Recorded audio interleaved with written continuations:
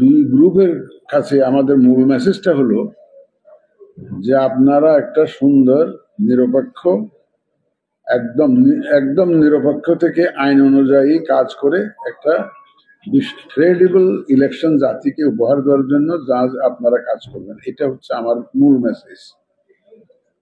আমাদের যে জাতির প্রতি যে কমিটমেন্ট, আমাদের মাননীয় প্রধান উপদেষ্টা কমিটমেন্ট দিয়েছেন, আমরাও দিয়েছি। আমরা তো শপথই নিয়েছি এবং শপথের দিন আমি বলেছিলাম যে আমি একটা ওদের স্বপ্ন পূরণে পাশে থাকতে পেরে আমরা গর্বিত। Free, fair and credible election জাতিকে উপহার দিতে চাই।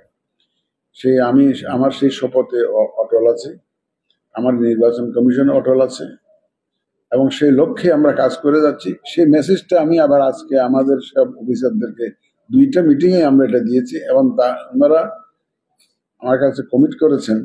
আমাদের তো বিভাগীয় কমিশনার মহোদয় আছেন আমার পাশে, তো ওনারা সবাই কমিট করেছেন যে ওনারা নির্বাচন কমিশনের পক্ষে আছেন, থাকবেন। সুন্দর সুষ্ঠু একটা নির্বাচন উপহার দেওয়ার লক্ষ্যে ওনারা নিরপেক্ষভাবে কাজ করার অঙ্গীকার করেছেন এবং সবাইকে ওনাদের অধীনস্থ যারা কর্মকর্তা কর্মচারী আছেন সবাইকে ওইভাবেই ওনারাও নির্দেশনা দিবেন। সুতরাং আগের মতো যে নির্বাচন, যে আগের যে 3টা নির্বাচন হয়েছে বলে যিনি প্রশ্ন করলেন, সে ধরনের নির্বাচন হওয়ার কোনো সম্ভাবনা নাই। আর যে আপনি নিরাপত্তার বিষয়টি যে বললেন, দেখেন 5ই আগস্ট 2024 যে অবস্থা ছিল দেশের আইনশৃঙ্খলা পরিস্থিতি, এখন কি সেই অবস্থা আছে? এখন তো শান্তিতে ঘুমাইতে পারেন, বাসায় গিয়ে তো রাত্রে ঘুমাইতে পারবেন, কিন্তু 5ই আগস্টে তো অনেকে রাত জায়গায় পাহারা দিচ্ছে, নিজের বাসা নিজে পাহারা দিতে হচ্ছে। ঢাকাতে আমি দেখেছি পুলিশ ওয়াজ নট ইফেক্টিভ এই প্রথম হয়েছে 2024-এ, কিন্তু এখন তো সেই অবস্থা নাই। সবাই মিলে আইন শৃঙ্খলা বাহিনীর সদস্যরা মিলে এখন তো সিচুয়েশন অনেক ইমপ্রুভ হয়ে গেছে ইনশাআল্লাহ। আমাদের দেশে এখন নিরাপত্তা পরিস্থিতি অনেক ইমপ্রুভ করেছে। আর মাঝে মাঝে কিছু যে ঘটনা ঘটে, এটা বিচ্ছিন্ন ঘটনা, এটা সবসময় ছিল। এটা it has become a part of Bangladeshi culture. এটা কিছু গুলমাল তো হয়ই আর কি, এটা সবসময় হয়। ঐতিহাসিকভাবে আমরা দেখে আসছি যে এই ধরনের গুলমাল হয়, বাট বড় কোনো আশঙ্কা আমরা ধারণা করি না। আর চ্যালেঞ্জ আসবে, যে সেদিন কোথায় জানি একটা পড়লাম, challenges and problems are part of life and facing them with smile is an art of life. সুতরাং আমরা হাসি মুখেই মোকাবেলা করব, যত চ্যালেঞ্জই আসুক, যত প্রবলেমই আসুক। এই সুষ্ঠু নির্বাচনের ক্ষেত্রে যত ধরনের সমস্যা আসুক, আমরা হাসি মুখেই এটা মোকাবেলা করব এবং ইনশাল্লাহ আমরা কামিয়াব হব সবার কোঅপারেশন নিয়ে।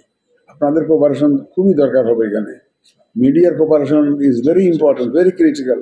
বিশেষ করে ভোটের জন্য যে প্রবলেমটা হয়, একটা ফেক নিউজ একটা যদি চালু করে দেয় যে অমুক কেন্দ্র, গুজব চালু করে অমুক কেন্দ্র দখল হয়ে গেছে, এই একটা জিনিস যদি কেউ না কেউ ছেড়ে দেয় সোশ্যাল মিডিয়াতে, এবং কেউ যদি ফ্যাক্ট চেক না করে, সত্য কি মিথ্যা চেক না করে এটা যদি শেয়ার করতে থাকে, তখন এগুলো এই ধরনের একটা গুজব থেকে কিন্তু একটা বিশাল ঘটনার সৃষ্টি হতে পারে।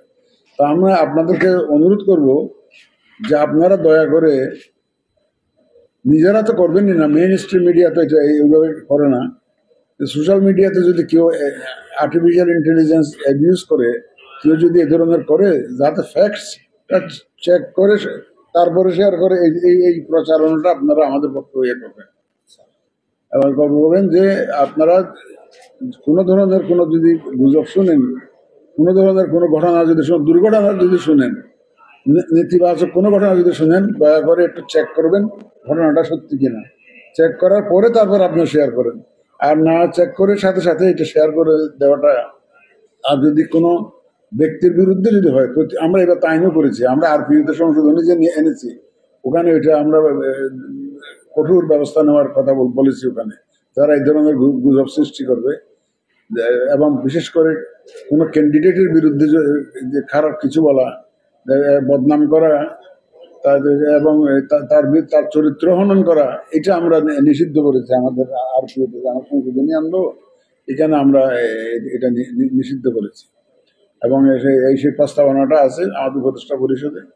তাতে আশা করি ইনশাল্লাহ আপনাদের সবার কোপারেশন পেলে এই মানুষ বুঝবে এটা যে ফেসবুকে যে যত কিছু আছে সব কিন্তু সঠিক নয়।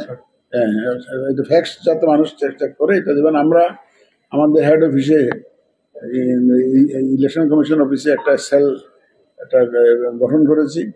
এখানে বিদেশি এক্সপার্টরাও কাজ করছেন যে এখানে এই যে মিস ইনফরমেশন অ্যান্ড ডিসইনফরমেশন অপতথ্য যেটা ভুল তথ্য এটা কাউন্টার করার জন্য আমরা সাথে সাথে যদি আমাদের নলেজে আসে আমরা এটা কাউন্টার কিভাবে করব আমরা সঠিক তথ্যটা মানুষকে জানানোর জন্য আমরা সেটা সেল খুলেছি।